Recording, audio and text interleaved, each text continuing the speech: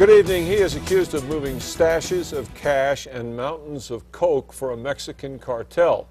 But he is not in jail tonight. He's a free man, sort of. A federal judge released him today, and News 13's Alex Tomlin has the reasons why. Alex?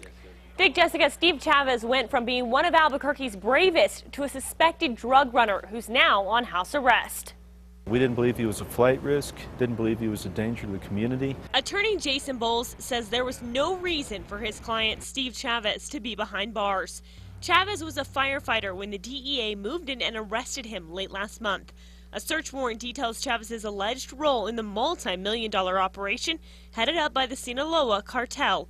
The DEA says Chavez was raking in hundreds of thousands of dollars in cash by making constant trips to Florida to set up huge cocaine deals. Bowles says Chavez agreed to very tough rules to get out of jail while he awaits trial. They're very strict. He is on house arrest. He cannot leave his house. He surrendered his passport.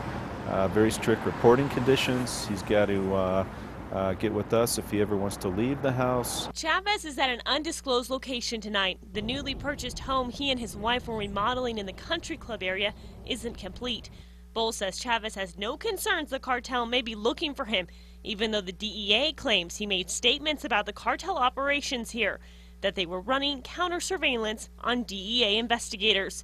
Bowles says Chavez didn't make statements about cartel operations. Steve is going to fight this case. We're going to pursue the leads we have. He's not in any danger. As part of the conditions of his release, Chavez is on a one-strike policy. One slip and he's back behind bars. Jessica? Okay, Alex, Chavez was fired last week from his $50,000 a year job with AFD.